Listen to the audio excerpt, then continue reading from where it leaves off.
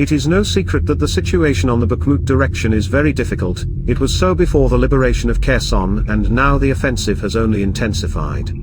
Apparently, the Russians have decided to take Bakhmut by winter at any cost. The invaders are constantly storming the positions of the Ukrainian military in large forces, suffering enormous losses. Unfortunately, the situation of Ukrainian fighters is also quite difficult. Because of the intense fighting, ammunition is quickly expended, and in addition, they need to replenish their manpower.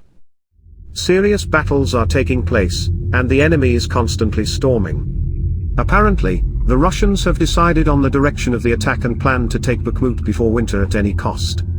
They are using all available resources, storming the city from all sides, day and night, with constant airstrikes.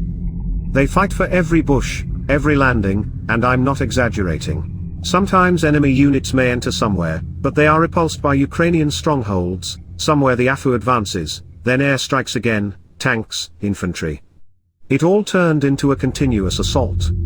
At Bakhmut, everything is littered with bodies of the occupants.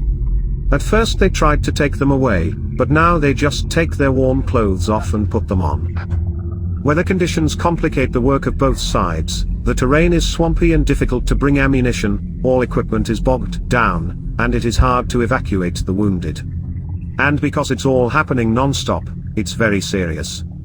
Plus there is knee-deep water in the trenches right now. Bakhmut defenders are simply fantastic people, they stand a wall. In this direction the Russians lose up to 100 people a day, for the most part these are the recruits I mentioned in the last videos. But this does not stop the Russian command. No matter how many losses they have, the next day they get the same number of people. That is, they don't care about losses, they care about taking Bakhmut, obviously, by winter.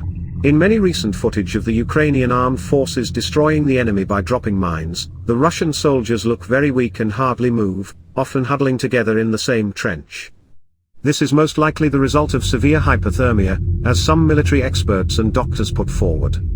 Perhaps these are the last stages of hypothermia of the occupants, and if they do not get medical help, this will be their last battle, a battle against the cold.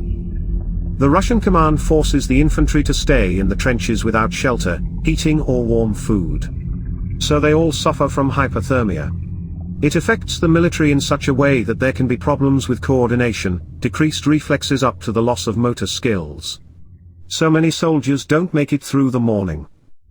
It looks as if some Russian soldiers do not even have gloves at their positions near Bakhmut. Already now the temperature in the Donetsk region is around 6 degrees Celsius during the day. Winter will be one of the main enemies for the occupiers, and many soldiers will die of hypothermia. But this is their conscious choice.